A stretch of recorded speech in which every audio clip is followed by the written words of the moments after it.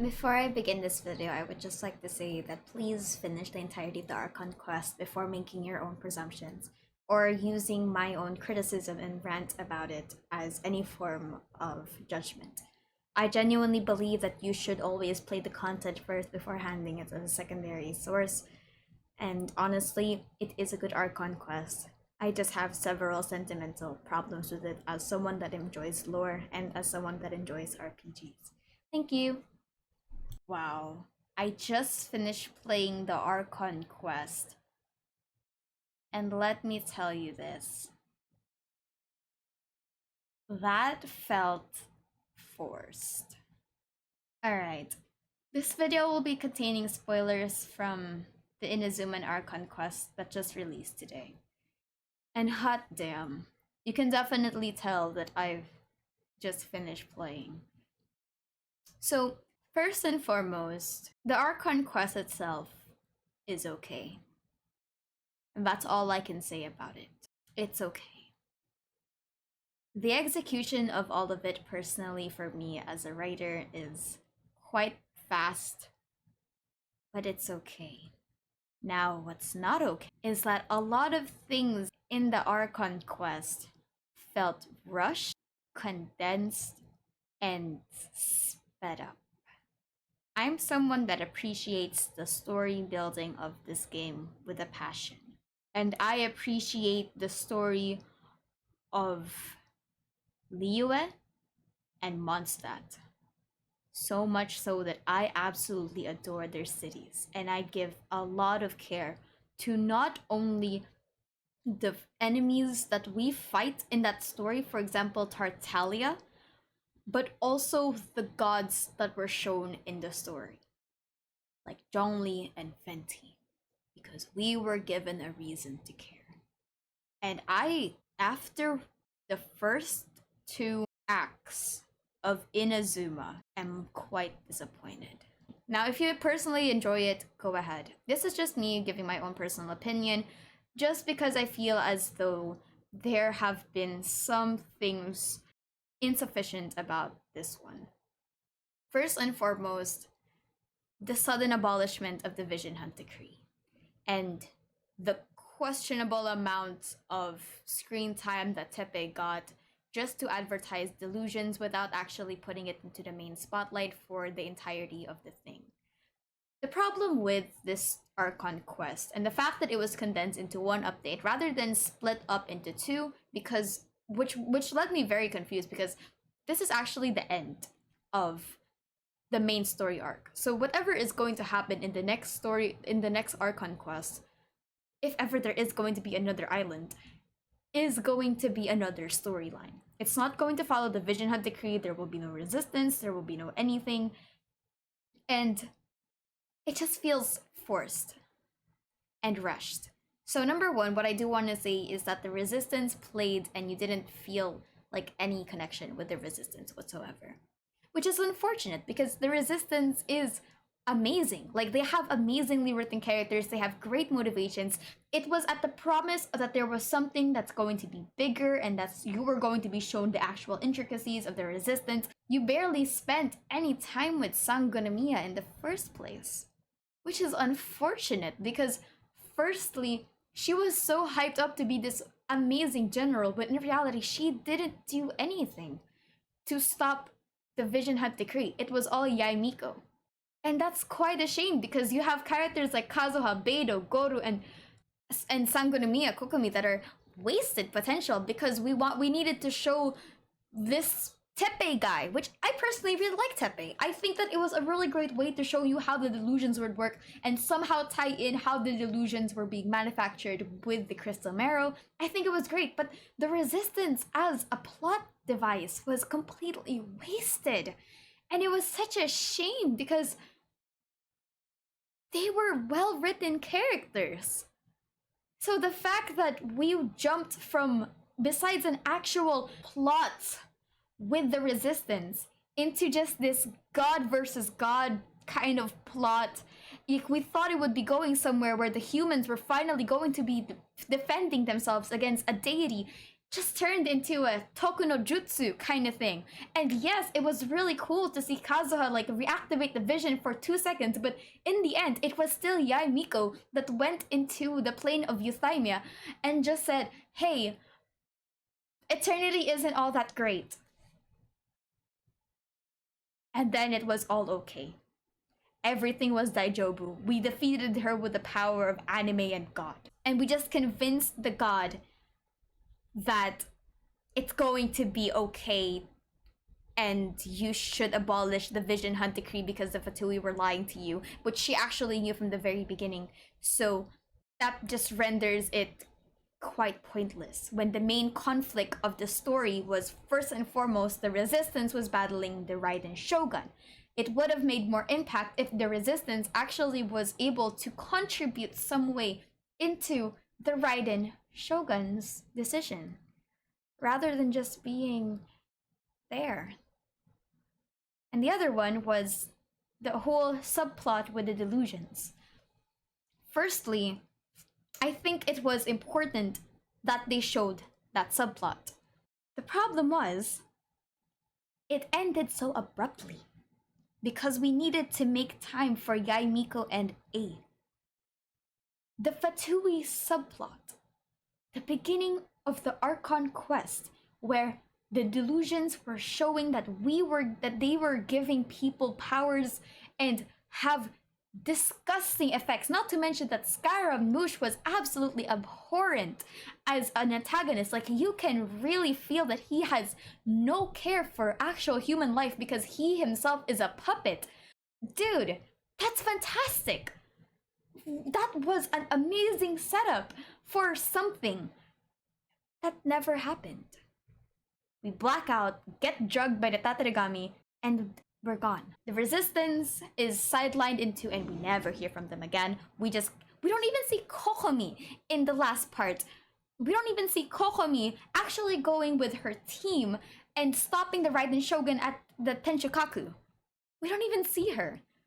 She just leaves. So we fight the Fatui. Well, we fight the Fatui, I guess, right? And then we block out. And one of the most important exchanges in the entire game happens off screen.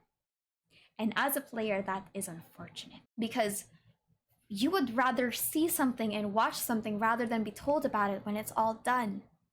Yes, I know that the Traveler is like a side character that's always, silent and just watching, but at least we're able to see how something happens.